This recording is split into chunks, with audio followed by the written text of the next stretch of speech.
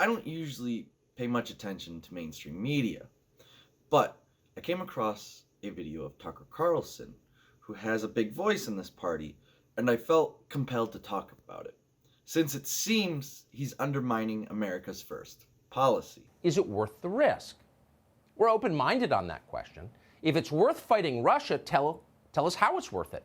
Explain how joining a conflict in progress in Eastern Europe would benefit the United States, not just benefit Joe Biden, who's obviously desperate for distraction from his domestic disasters, but how would war with Russia make us stronger and more prosperous? Well, if Ukraine is taken, America would lose a strategic foothold in the region, especially in the Black Sea.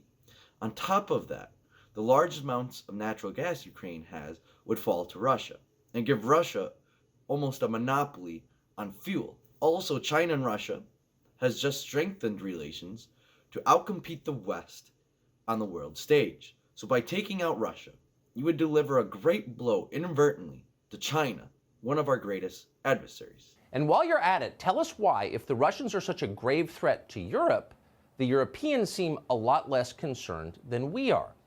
Biden keeps suggesting that Vladimir Putin wants to swallow Western Europe. If we don't act now, they'll be speaking Russian in Dusseldorf. But if that's true, why aren't the Western Europeans scrambling to defend themselves? They could certainly afford to. This is just blatantly false. England to Denmark to the Baltic states have been ramping up their military's capability in giving aid to Ukraine. The EU alone has given $1.2 billion in financial aid, which doesn't account for the billions of dollars they've been sending in weapons. For a rational conversation on this subject, we're honored tonight to be joined by a rational person, the former Democratic Congresswoman from Hawaii, Tulsi Gabbard. Congresswoman, thanks so much for coming on tonight.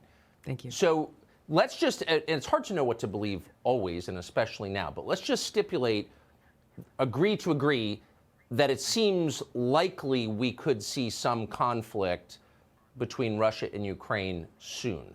How should we view that? Well, first of all, President Biden could end this crisis and prevent a war with Russia by doing something very simple, guaranteeing that Ukraine will not become a member of NATO.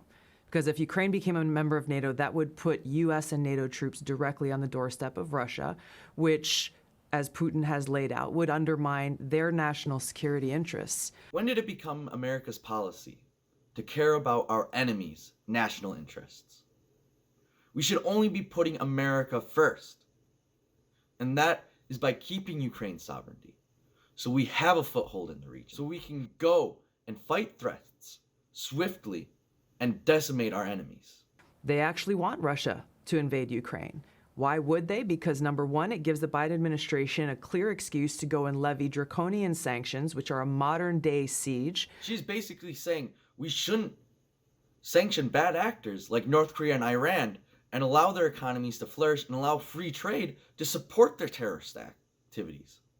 That is just not right. Sanctions is one of the greatest tools we have to stop bad actors. I know it is unfair of me to sit here in my house and ask others to fight. I know war is gruesome, and it leaves scars that run deep for those who fight. But when you look back 80 years ago, while the world sat and appeased a madman that almost took all of Europe and put 6 million people down like dogs because of their race, I, for one, do not want that history to repeat itself.